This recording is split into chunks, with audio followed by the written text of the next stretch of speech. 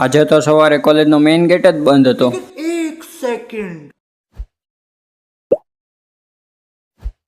તો હર હર મહાદેવ, કેમ છો? મિની વ્લોગમાં તમારું હાર્દિક સ્વાગત છે. રુદ્ર સવારમાં રીલ જોતો હતો, કારણ કે લાગે છે આ ભાઈને કંઈ કોલેજ બોલેજ જવું નથી ને કંઈ કામ ધંધો પણ નથી. પછી આપણે નીકળી ગયા કોલેજ જવા હાટું.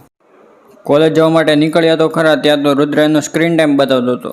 એ કે સવારમાં મારો સ્ક્રીન ટાઈમ હતો એ કે 2 કલાક.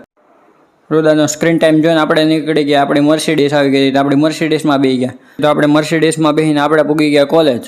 કોલેજે પહોંચીને જોયું ત્યાં તો ગેટ બંધ હતો. મને એમ થયું કે રજા હશે, પણ નહીં, આજ તો રજા નહોતી, કેમ કે આજે આપણે હતી એક્ઝામ.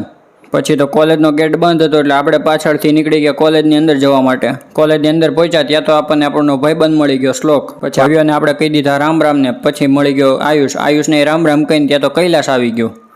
કે મને બ્લોગમાં ન લેતો, પણ આપણે એને લઈ લેવાનું. પછી આપણે તો આપી દીધી એક્ઝામ, અને પછી આપણે એક્ઝામ દઈને આપણે નીકળી ગયા હોસ્ટેલ બાજુ જવા હાટું.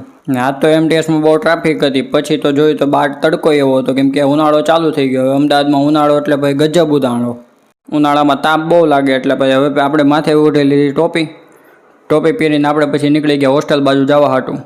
હોસ્ટેલે જઈને ફ્રેશ થઈને આપણે નીકળી ગયા જીમમાં જવા હાટું. ત્યાં જીમમાં પહોંચી ગયા ને પછી જીમમાં જોયું તો આજ તો હતો લેગ ડે. થોડું લેગનું વર્કઆઉટ કરીને આપણે પહોંચી ગયા હોસ્ટેલે તો મેગી બ્લેન્કેટ ઓઢીને સૂતો હતો. કાંઈ નહીં, મળી આપણે બીજા મસ્ત મજાના લોક સાથે. ત્યાં સુધી બધાને મારા જય શ્રી રામ, હર હર મહાદેવ.